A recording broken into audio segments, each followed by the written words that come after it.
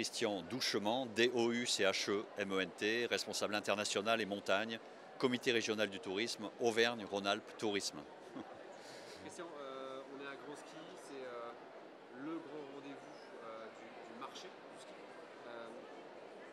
Cette année encore, ça reste incontournable, il y a des évolutions. Oui, absolument, c'est le rendez-vous mondial des voyagistes du ski. La France, première destination mondiale. Et aujourd'hui, 480 tour opérateurs du monde entier qui viennent ici faire leur marché du ski. Donc c'est la rencontre des stations, des opérateurs, hébergeurs majeurs, des exploitants de domaines skiables, avec ces voyagistes du monde entier qui font le business du ski à l'échelle de la planète. Alors, Rhône-Alpes Tourisme, évidemment, agit aussi dans ce secteur du tour opérateur, du tour operating.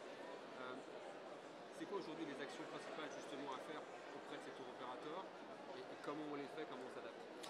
Alors il y a deux types de marchés. Il y a le marché mature, ou les marchés fonds de commerce, UK, Belgique, Pays-Bas, même le marché russe aujourd'hui. Ils savent ce que c'est que le ski, une station, un format, des avions, des accès, comment s'équiper. Ils savent qu'ils peuvent trouver des locations de ski, des forfaits sur place. Donc là, on a plutôt une relation directe B2B, simplement pour faire du business, par les commissions, par les trafics, soutenir la création de lignes aériennes pour générer des flux chez nous. Et ensuite, il y a le marché non mature, marché chinois, marché indien, qui sont des marchés juste colossaux en termes de potentiel, sur lesquels on joue notre rôle de défricheur. C'est d'abord remettre les Alpes en France, et non pas que en Suisse ou en Autriche. Et puis ensuite, c'est expliquer d'une manière extrêmement pédagogique ce que c'est que le ski, comment ça marche, où s'héberger, comment venir, etc.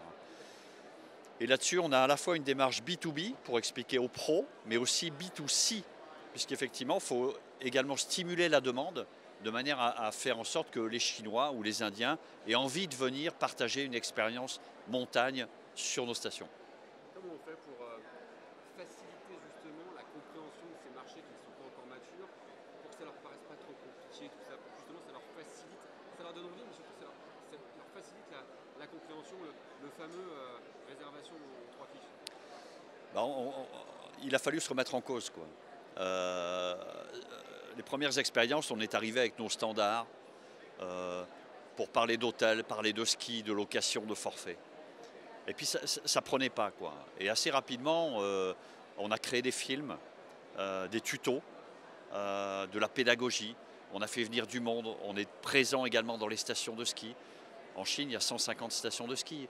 Mais il y a aussi une ambition de générer 100 millions de skieurs d'ici 4 ans. C'est quasiment autant que le marché mondial du ski aujourd'hui. Donc il faut reprendre les choses à la base. Il faut aller voir les ski clubs. Il faut expliquer ce que c'est. Je pense qu'il faut être assez humble aussi dans notre approche du marché. C'est un marché qui va très très vite, mais il faut reprendre les choses à la base et il faut juste l'accepter. C'est-à-dire chez nous, c'est changer de code pour reprendre les choses à la base et en même temps, c'est extrêmement prometteur. Les leviers principaux d'achat pour ces cibles à l'étranger, ça va être quoi? Ça va être Là les aussi, services, ouais. l'hébergement. Là aussi, on a deux types de profils. On a des skieurs qui veulent acheter un séjour ski, 6 jours, ou 2 jours dans une station, 2 jours dans une autre. Et puis on a des Chinois qui veulent faire une expérience montagne, tout d'abord. Donc c'est l'émerveillement, c'est l'enchantement, c'est la magie de Noël à la montagne, avec les flocons, etc. C'est du chien de traîneau. Bien sûr que c'est du ski, c'est de l'apprentissage, mais pas que. Et cette forme-là, il faut absolument arriver à l'enchanter. Et évidemment, le gros du marché, il est quand même, pour l'instant en tout cas, sur ce segment-là.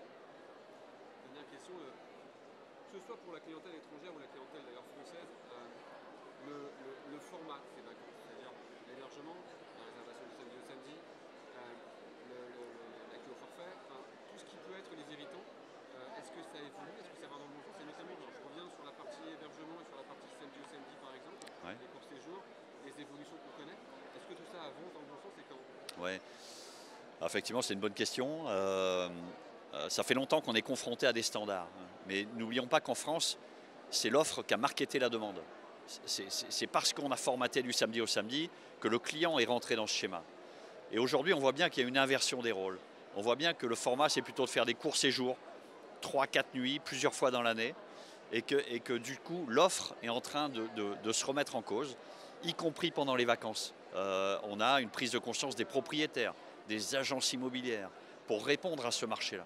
Donc finalement, il y a une carence, c'est le marché qui prend la place et qui arrive à y répondre. Et aujourd'hui, grâce au digital, on arrive à avoir une concurrence extrême, ce qui fait aussi qu'on a des nouvelles offres qui arrivent à émerger et qui se vendent et qui finalement génèrent des flux différents et des offres fondamentalement différentes. Aujourd'hui, on a sur le digital la possibilité de louer des vêtements, la possibilité de faire du court séjour, du long séjour, d'avoir des tarifs pas chers, des tarifs très chers, une vraie segmentation. Donc je crois qu'en France, on a 150 stations, on a de quoi faire plaisir à tout le monde, avec effectivement une hyper segmentation de l'offre.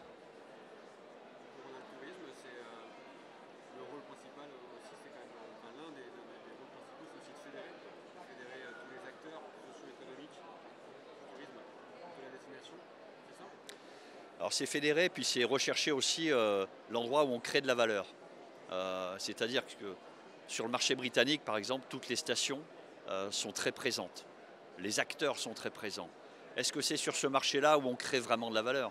Ou est-ce qu'on sait au contraire aller s'intéresser au marché du Liban, marché d'Israël, marché d'Ukraine, marché de la Chine, moyen courrier, des marchés prometteurs, des marchés à risque aussi, qui nécessitent un engagement financier pour une réponse à moyen terme. Donc on recherche plutôt à créer de la valeur, sachant que la coordination, elle se fait d'une manière naturelle. Aujourd'hui, pour la première fois cet hiver, on a fait une campagne de communication digitale.